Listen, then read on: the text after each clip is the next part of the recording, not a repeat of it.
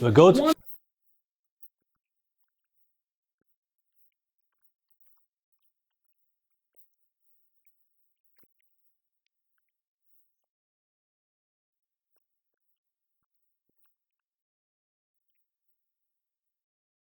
Oof, so many, being honest. I think first and foremost, when you come from Liverpool, it was very difficult to go from Liverpool to Leeds because obviously I'd been there for so long. But as soon as I got there, I got the feeling straight away, the way the club was at that time and the way they were playing, the brand of football they were playing. And even, I know Rizdell's had his critics, but the way he approached me and really made me feel a bit more important than I kind of felt at Liverpool. I felt like I was in and out of the team, whereas straight away Leeds made me feel they wanted me and kind of said to me straight away that if you do well for us, you'll be in the team. From the first moment I got there at Leeds, I was on side with it straight away. And the first day, we actually got to meet all the players before I actually signed at the Flying Pizza. I think it's the Flying Pizza San Carlo now. So all the boys were in there, and it was Lee Bowyer had obviously been fined, so he was paying for dinner for a change for everyone, which was a great thing for me. Just to get, I knew a few of the boys anyway, because like Gary Kelly was the same age as me and a couple of the others, but that was like an icebreaker for me to come in, meet the boys, have a couple of beers, and get a feel for the lads. So straight away I was like, wow, this is good. And obviously the way Leeds were playing at that point, they were playing so well, so positive, so many young players coming through. And I just thought, this feels right. And when you get that feeling, and I've still got the same feeling about Leeds now, and that's a God's honest truth. I'm not just saying it because we're here, that's the truth. When you get an affection or a feeling for a club, I'd love to have played a lot more. And obviously in the end, I had to leave and go to Blackburn, but I wish I'd stay. I tried to stay as much as I could. I just loved playing for the club. And it meant something straight away. And at Liverpool, obviously, I've been there right the way through. But straight away at Leeds, the connection felt right. I don't know if they accepted me quite quickly when I first signed. I don't know. And obviously making your debut against AC Milan at Elland Road was just, for me, straight away I was like, wow. And then obviously getting the result that night. Yeah, but yeah, I'd not trained for 6 weeks. Shock, obviously, never trained much anyway. But 6 weeks without training and going straight into a Champions League game was just incredible. But I think the atmosphere and the weather that night, if anyone was obviously remembered, it was absolutely lashing it down, wasn't it? And it was just the atmosphere that night. I went, I've done the right thing. I've signed for a great club with a great set of boys and a good manager as well, in David O'Leary, who had a lot of faith in me as well, and obviously a centre half as well. And me being a centre half or whatever I played at times, but that gave me a real boost as well with someone like David, who I knew I'd move in different positions, but I knew that he wanted me to play centre half when he got his team right. And yeah, it just felt, like I say, so right from the first time I went into the training session. Even before I actually played, Tony, it was really interesting that the lads were always, when you're back, when you're fit, that atmosphere was there, the camaraderie, which you don't find very often. You can feel it, can't you? Yeah, When you come into a place. I think most important is feeling wanted. And if you came and felt wanted, it's a big thing. Yeah, and that's what maybe at Liverpool, because I was in and out of the team, I didn't really have that. Even though I knew I could do a job all over the pitch, but I just wanted that to be an ever present every week. And I think when I went to Leeds, I can't remember ever being on the bench for Leeds. Maybe one of you guys might know, but I don't remember ever being on the bench for Leeds. So I was always, if I was fit, I was playing. And I didn't like being on the bench, to be honest. I spent probably 7 years at Liverpool on the bench, which was quite hard to take as a young player because all you want to do is play. But I think that when I got the opportunity to go to Leeds, it was done, and I just loved it. And I still do love working for the club. It's just an amazing place, and like you say, just being back there now, it's amazing. Absolutely. Wayne, you got another one? So obviously you said how much you love playing for Leeds, but what would you say was the best atmosphere? Because I know we're known for it. Yeah. It's a Liverpool known for it as well. Yeah, no, you're right. They both are. But I think the Champions League nights for any club are the special nights. Under the lights. There's just a different feeling about them, and I kind of embrace them nights. I remember at Liverpool, for example, the lads used to say, "You like the big games, don't you?" And I did, to be honest. Sometimes you're playing Fulham away or something like that, you didn't quite fancy it, but in the Champions League, I really was up for them. And for example, I think even the AC Milan goal, for example, my debut, that night, it just felt so amazing. Everyone was on the same page, and the fans are on the same page. And when you've got that and you're all on the same page, I suppose it was like in the last couple of games that Leeds have won. It felt like, the noise, just that noise. That when that comes, it's overwhelming at times, isn't it? It's quite emotional. I was quite emotional in the last couple of games. So Dom's like a politician. He hasn't answered the question whether it's Elland Road or Liverpool. So come on, which one? No, Elland Road in the Champions League, for me, 1,000,000%. That atmosphere was incredible, and I'll never ever forget them nights. But Anfield's amazing as well. No, Anfield is, but it's not Elland Road. No. Okay, thank you, Carl. Where's Carl? On you go. First question. I'll keep it clean. Okay. But can you just describe that goal in the San Siro, please? It's funny because obviously I've never been asked that before. What an original question that was. Excellent. No, do you know what? Obviously, special night for everyone who was there or was watching on TV or whatever. It was just an amazing night. The atmosphere was incredible, and I think from the first moment we got to train in the San Siro was quite surreal, really, because none of us had really played at that level. So I think straight away it was like, wow, you're kind of here, but what can we do now? How can we keep going?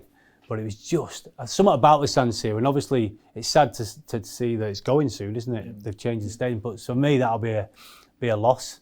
Yeah. But it was an amazing night. I remember the dressing rooms were massive, like you say, Tony. Sometimes the dressing room was just huge. And it felt like, it's not like here where we're all next to each other. It was like, because it's so big and such a big stadium, you had to kind of get together. And I think, for me, I had a fallout with David O'Leary, I think it was, before the game kicked off, about where I was playing, because I played left midfield.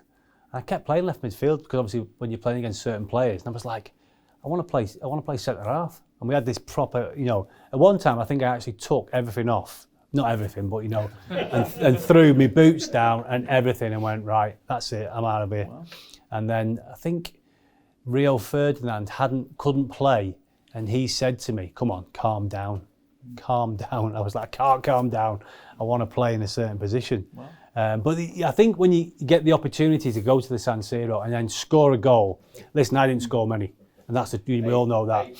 I know, yeah, but that's it. But for me, that night for me was special. My family's Italian, my dad, and it was actually the only time I actually had 4 or 5 members from my family over at a game in Italy, which was just so special. And it was just, the sing-song with the fans after that game, it was bonkers. Gary Kelly was a huge part of that. He was orchestrating it. And Lee Bowyer, we got him up singing and everyone. It was a special night, and then Peter Ridsdale being Peter, let's stay for one more night in Milan, which was probably costly for the club, but we had an incredible few days. Go on, Carl. Yeah, I've followed Leeds for years. Yeah. And, I read a lot about Jack Charlton, superstitions, 𝗵𝗶𝗶𝗶, etc. So I'd just like to know, did you have any rituals, superstitions, be it last out at changing room, etc. before a match? You're right, because there is a lot of players who are very superstitious. I think when you're winning, you keep doing what you're doing. Then when you get beat, you might change it to something else. Yeah. But I think Tony mentioned it. I think at times I was putting my left sock on first. We were just talking about that. And he said he put his left sock on first, but that didn't work. Yeah, it didn't work, so I went to the right next time, and that didn't work either, so I changed again. No, I think footballers are very superstitious. I think fans are as well. Yeah. You know what I mean? If we win, I will not change. I will always make sure I've got the same socks, the same, No, the same pants as well. Yeah. Yeah. I'll wash them. That's what I wanted to know. And you know what I mean? For me to be like that, players must be, I think players must be a lot worse. I don't know. Is it just me? I don't know. No, I think you're right. I think they are. I think they are. They might not admit it, but I generally think they all have a superstition. Someone has. Yeah, I certainly did. All the clubs I played for, I always tried to do the same thing, because it's kind of like what you're used to doing. You just stick to it, don't you? Routine, yeah, that routine's very important for a footballer, and yeah, you try and stick to it, win or lose sometimes. Yeah. Okay, thanks, Carl. Andrew Clayborough. First question's about training. So, who did the hardest training sessions, and what did you hate most about some of the toughest sessions? Well, Eddie Gray was quite tough with us as a coach. Eddie used to put us through our paces. When I first signed for Leeds, he made me do a test, like a running test, and I think he was beating me because he was doing it with me. But that just, that as soon as when I did that running with Eddie, he still is fitter than me now. You know what I mean? But I think at Leeds with Eddie, because David O'Leary kind of didn't really do them sessions, so I probably would be Eddie, and obviously Brian Kidd as well when he came in as well. I know sometimes people don't like me saying that Brian Kidd because of his past, but he was a good coach, but a different coach again, whereas Eddie was all about making sure you were fit and you were up to playing your game, because he knew we all had ability, but that fitness level sometimes wasn't always there for all of us. But yeah, the training sessions, I think, under Eddie were really tough. They were always physical. He always wanted to try and get the best out of you, but you'd always finish with a session which was always quite fun, so a five-a-side or whatever it might be. I think every team finished with a game like that. Do you think, Tony, in your era as well? Yeah, just a bit of enjoyment. Yeah, because some manage more physical. Pre-seasons were never good, were they? Pre-seasons weren't good. Yeah, I mean, pre-seasons for me, I quite enjoyed them because I like going away. I like going away and travelling with the boys and having the crack. And yeah, I think training is so important for any footballer, and even for the young lads. Now, I've seen even my little boy now. I've seen him out in the garden kicking his football about, and it's all about the weather though now for kids. Whereas maybe in our era, we just get out there and play, and that's how you get better.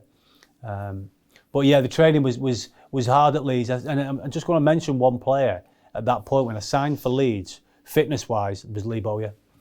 He was at a different level for most of them. He was so fit, smoked like a trooper, but was fit as a fiddle. And every week, as Leeds fans, he was the one, in my opinion, when I first signed, who most impressed me the most. Out of all the players we had, Lee Bowyer was one that I kind of knew what was getting off Lee every week, and the shift he put in. He was really good, and fitness-wise, he was ahead of us all. When we did the test, we went up to the colleges in Leeds and stuff, and he could just keep going and keep going and keep going. So yeah, fitness-wise. In a couple of interviews recently, you've mentioned how much you like the characters of the game. Yeah. The Vinnie Jones, the Gassers. And who was the character at Leeds during your time? Who was in the office getting told off by the gaffer or causing trouble or mischief? He was getting told off. No, I think Eddie and obviously David used to tell me off a lot because I liked the bevy, that's the truth. But I could still train for it, mate. It didn't affect me, them kind of things. I think Gary Kelly, I've mentioned him quite a few times. Gary was a great lad, great character, brilliant guy.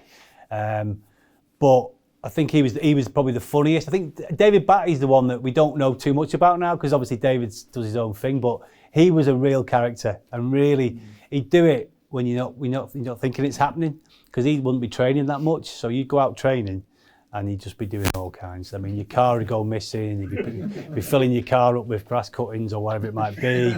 He was just one of those characters because he didn't really care, did he? He didn't care who he upset or what he was doing. He just wasn't bothered. I remember him, he fell out with David O'Leary actually, just before we started training. And he just told him where to go. He just didn't. I mean, Bats was probably, I think, one of the best players I played with as well, because of the way he played. He made my life very easy.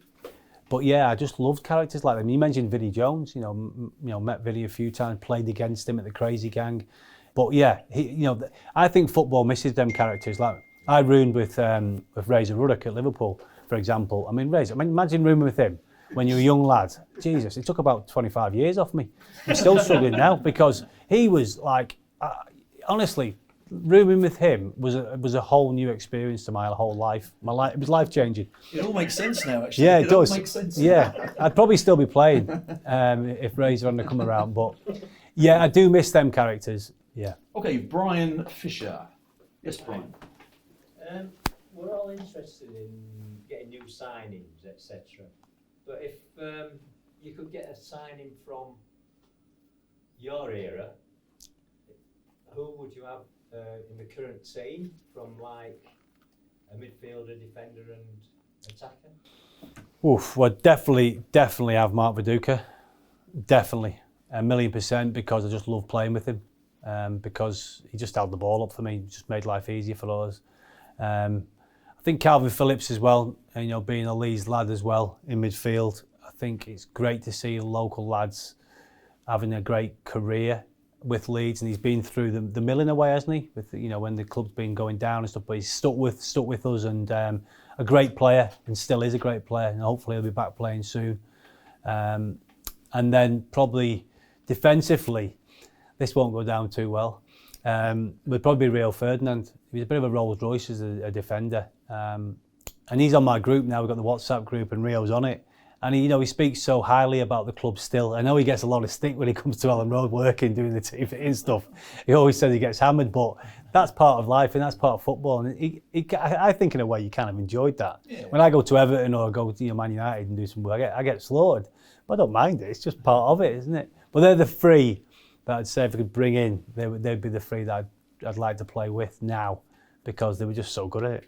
I don't know, you, Tony, what do you think? Well, now for me, I think because Calvin plays today, I would bring Gary McAllister in next to him. Who else? We need a left back. So I think. He's putting himself in. You can't believe he's putting himself in this team. Oh my God! Absolutely. We need a left back. What else do we need? Someone like Batty. Batty in my era, and obviously yours as well. Yeah.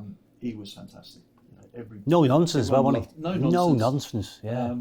And he was younger when I played with him, so him and Speedo were a great double act, and it was great to see those two get up to bloody all sorts. They kept us amused. Right, you've got another one, Brian?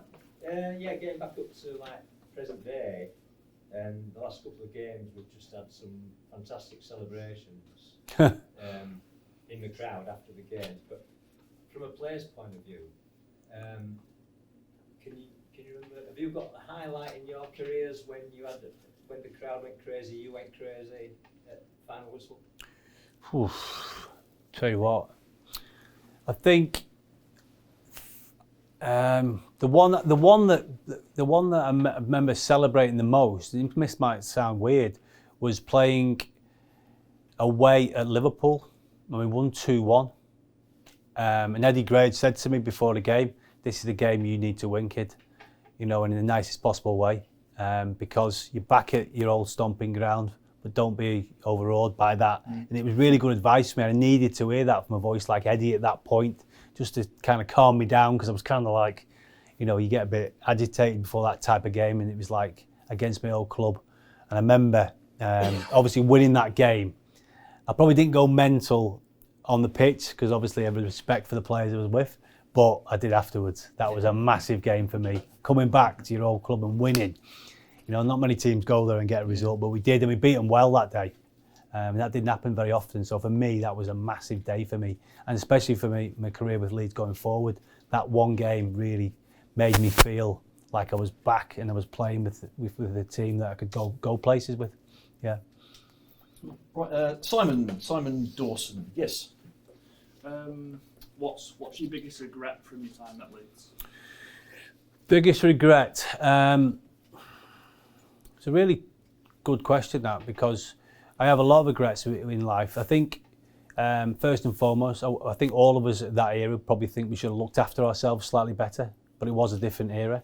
Regrets, definitely not winning something with Leeds, because I think at that point we were capable. We had the players, we had the squad, we had we had a good mindset with everyone. Mindset's a big thing now, but then we were really strong and hungry. Regrets-wise was probably not staying at Leeds for longer. I'd love to have stayed there for a lot longer than what I did, but in football sometimes it just doesn't work out that way. And for me, my regret is not playing for Leeds longer, not playing enough games for them. I'd love to have played, you know, the amount of games that some of the other lads had played. I really mean that, because I did love my time there. So yeah, I think the regrets are not playing enough games for that club. Yeah. Your second one, sorry? You've mentioned obviously playing with David Batty and how good he was. My second question was really sort of who's the best player you've ever played with But I mean, you can switch that to be against. Yeah. You've already mentioned. I think it's hard to get away from. I always mention John Barnes and Gerrard, I suppose, just because I think with Gerrard, he was the most complete player I played with because he could play anywhere on the football field. I remember playing left back and he played right back one night and he was only a young kid. He ran the show from right back and it's like not many players can run the show from right back, especially in that era. So yeah, he was just an incredible player. And I think the hardest player I played against, and it was really hard, was Zinedine Zidane. He was just a joke. I mean, talk about touch and balance and pose and the way he made you feel like a child very quickly as the game started. As soon as the game kicked off, I went, I'm out of my depth here a little bit. And I was trying to physically get on top of him because sometimes I was playing city midfielder and it was tough. It really was tough. And I was actually, for the only time in my career, I was thinking, is he going to get me off here soon? Because I'm not enjoying this. Because he was that good. He was that good. And I think at that point, he wasn't that young either, was he? Right. Zidane. He was quite, he was but he was just ridiculous. When you play against someone that good, you don't realise it until you actually play against him. Because he wasn't that big either. Everyone thinks Zidane was massive. He wasn't that massive. He was but he was just the way he kind of glided around. And the other one I've got to mention as well was Henry as well. Henry was really difficult to play against. Not just because of his pace, he was actually a really good footballer as well. He could pick a ball out as well, he could pass it, but yeah, they're the two that weren't nice to play against at all. Right, Robert. Yes, Rob. So other than that fantastic goal at San Siro, what was your favourite goal for Leeds? Oh, I didn't get many, so you gave me a slim pickings here.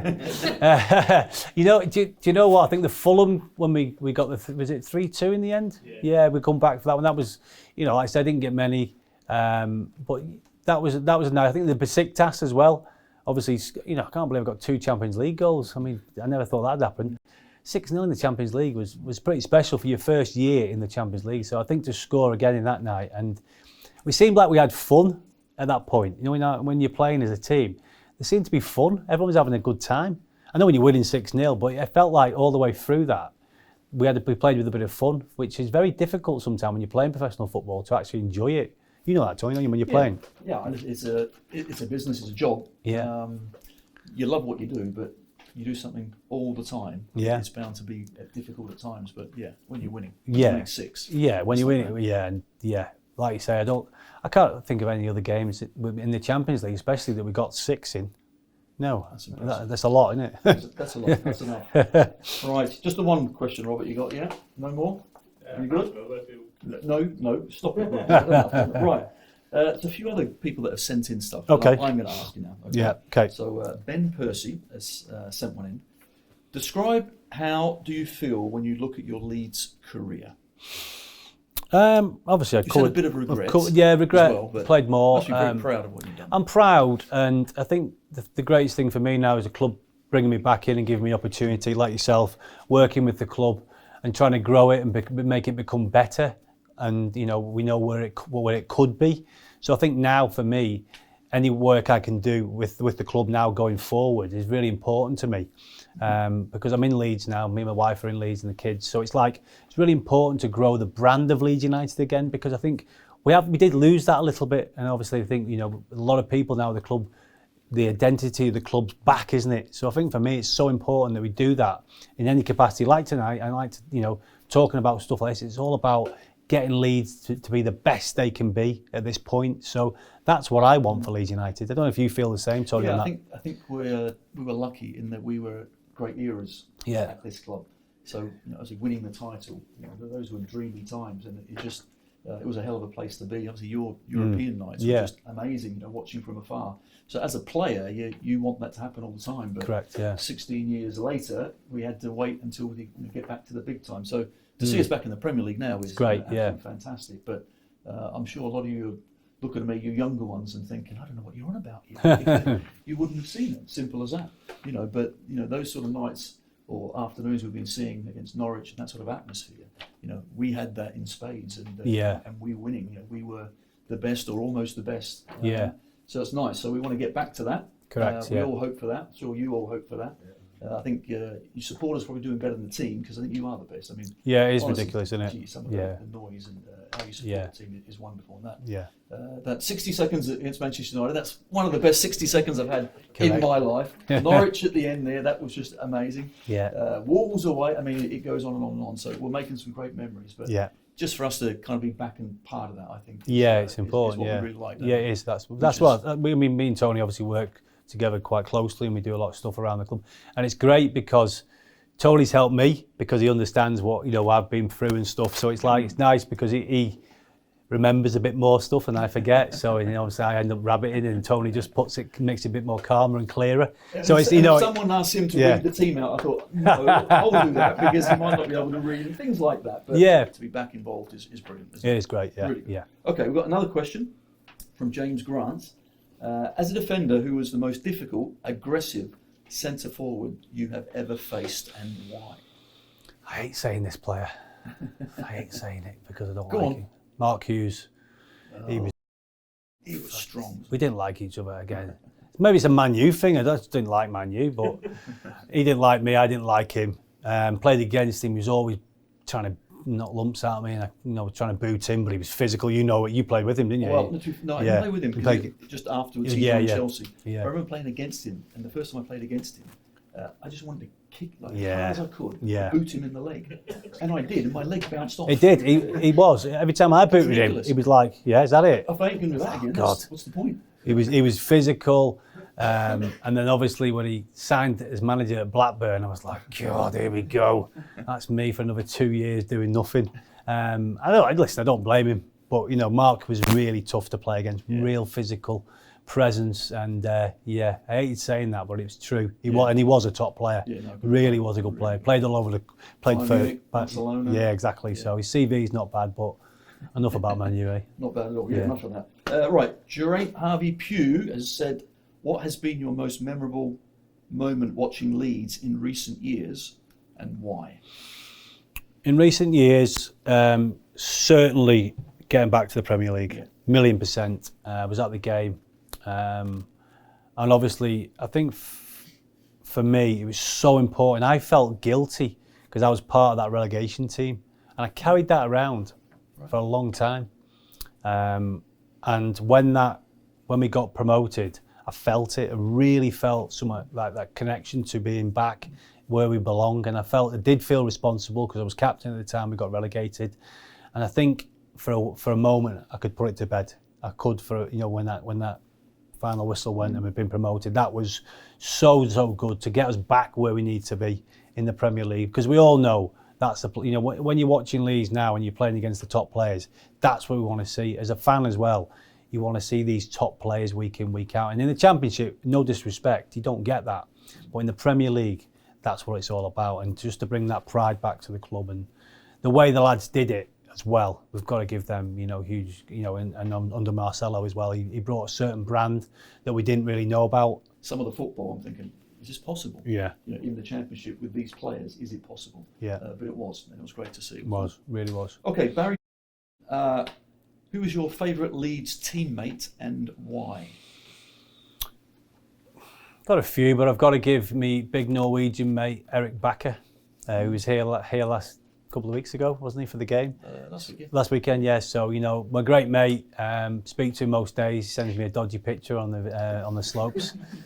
Not that dodgy, believe me, but he's always, it's like... Get your minds out the gutter. It's like, what is wrong with you people? I know, but it's the snow like this deep, and he's just going down these skiing and stuff, and he was just a really good friend. And when I was going through my struggles, he was on the phone constantly trying to give me a pep talk and telling me to keep going. And I think them friendships, when you room with someone as well, I don't know who you room with, but you go. So when you room with a certain person, you know each other inside out, for good and bad, you know what I mean? And we did a lot of stuff together. And I love the big man. And like you say, he looks like he can still play now. He's fit as a fiddle. Great character. Very, very, obviously he's a manager now as well. He's just finished being a manager, and I'm hoping from my point of view, in getting back into Leeds more often. And also he gets a good career as a manager, because I think he deserves it, and I think he'll do a great job wherever he goes. So I'm going to say my old mate, the Elk. Okay. Right, thank you much for your questions, and thanks to Dominic Matteo. Cheers, guys. Thanks, guys. Thank you. Thank you. Cheers, guys.